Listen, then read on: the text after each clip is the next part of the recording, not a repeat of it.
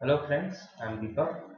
Um, I'm posting this video as a part of our curriculum for Principles of Management. The concept of making this video was actually given to us by our professor, Dr. Mandi, when he was talking about the Khan Academy. The Khan Academy is a non-profit educational organization started by Mr. Salman Khan, a graduate from MIT. With the stated mission of providing a high quality education to anyone, anywhere, the website supplies a free online collection of more than 3,000 lectures via video tutorials stored on YouTube teaching mathematics, history, healthcare, etc. After earning 3 degrees from MIT, he pursued his MBA from Harvard Business School. In the late 2004, Khan began tutoring his cousin in mathematics using Yahoo's Doodle Notepad. When other relatives and friends sought similar help, he decided it would be more practical to distribute the tutorials on YouTube. Their popularity there and the testimonials of appreciative students prompted Khan to quit his job in finance as a hedge fund analyst and focus on the tutorials full time. The project is backed by donations. It now has significant backing from the Bill and Melinda Gates Foundation as well as Google, amongst others. All this leads to one conclusion. The next big business model would be providing your services free of cost, giving it away for free. Now, one of the concepts that we learned in Principles of Management was the theory X and theory Y. Theory X and theory Y are theories of human motivation created and developed by Douglas McGregor. They describe two contrasting models of workforce motivation. Theory X. In this theory, which has been proven counter-effective in most modern practice, the management assumes the employees are inherently lazy and they will avoid work if they can, and they inherently dislike work. As a result of this, management believes that workers need to be closely supervised and comprehensive systems of controls need to be developed.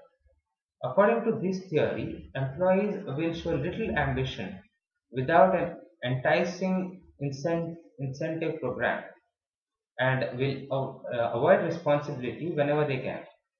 If organization goals are to be met, Theory X managers rely heavily on threat and coercion to gain their employees' compliance. Theory Y. In this theory, management assumes employees may be ambitious and self-motivated and exercise self-control. It is believed that employees enjoy their mental and physical work. According to them, work is as natural as play. They possess the ability for creative problem solving, but their talents are underutilized in most organizations. Given the proper conditions, theory Y managers believe that employees will learn to seek out and accept responsibility to exercise self-control and self-direction in accomplishing objectives to which they are committed. They believe that satisfaction of doing a good job is a strong motivation. Now, another concept that we learned was organizational structure. An organization can be structured in many different ways depending on its objectives. The structure of an organization will determine the modes in which it operates and performs. Organizational structure affects organizational action in two big ways. First, it provides the foundation on which standard operating procedures and routines rest. Second, it determines which individuals get to participate in which decision-making process, and thus to what extent their views shape the organization's actions. Now, the various organizational structure types are: first, pre-bureaucratic structures. Pre-bureaucratic or entrepreneurial structures lack standardization of tasks. This structure is most common in smaller organizations and is best used to solve simple tasks. The structure is totally centralized. The strategic leader makes all the key decisions, and most communication is done by one-on-one conversations. Bureaucratic structures. Bureaucratic structures have a certain degree of standardization. They are better suited for more complex or larger scale organizations, usually adopting a tall structure. The Weberian characteristics of bureaucracy are clearly defined roles and responsibilities, a hierarchical structure, and respect for merit. Third is functional structure. Employees within functional divisions of an organization tend to perform a specialized set of tasks. For instance, the IT department would be staffed only with software engineers. This leads to operational efficiencies within that group. Fourth, divisional structure. Also called a product structure, the divisional structure groups each organization's function into a division. Each division within a divisional structure contains all the necessary resources and functions within it. Fifth, matrix structure. The matrix structure groups employees by both function and product. This structure can combine the best of both separate structures. A matrix organization frequently uses teams of employees to accomplish work in order to take advantages of the strengths, as well as to make up for the weaknesses of functional and decentralized forms. Now, the next concept is on motivation and leadership. This was taught to us by having a tower building exercise, wherein one of the students was blindfolded and another student was supposed to help him make a tower of wooden blocks. Now, motivation is a goal-oriented characteristic that helps a person achieve his objectives. It pushes an individual to work hard at achieving his or her goals. An executive must have the right leadership traits to influence motivation. However, there is no specific blueprint for motivation. As a leader, one should keep an open perspective on human nature. Knowing different needs of subordinates will certainly make the decision-making process easier. Both an employee as well as a manager must possess leadership and motivational traits. An effective leader must have a thorough knowledge of motivational factors for others. Now, given below are the important guidelines that outline the basic view of motivation. First, harmonize and match the subordinate needs with the organizational needs. Second, appreciation and rewards are the key motivators that influence a person to achieve a desired goal. Third, being a role model is also a key motivator that influences people in reaching their goals. Fourth, encouraging individuals to get involved in planning and other important issues not only motivates them but also teaches them the intricacies of these key decision-making factors. Fifth, developing moral and team spirit certainly has a key impact on the well-being of an organization.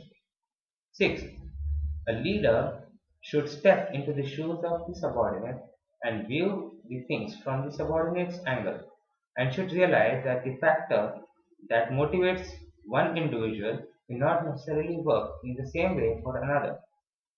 Remember, to become an efficient leader, you must be self-motivated. You must know your identity, you must know your needs, and you must have a strong urge to do anything to achieve your goals.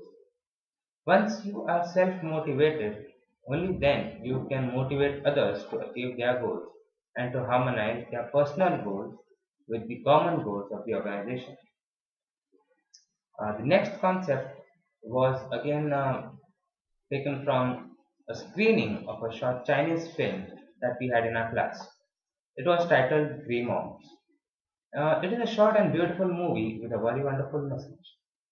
It is a must-watch for managers and practitioners who try to implement working teams in an organization. The film has got many recognitions. Now, my three key takeaways from this film are: first, productivity. It is a measure of how well an operation system functions. Excellence is equal to efficiency into effectiveness.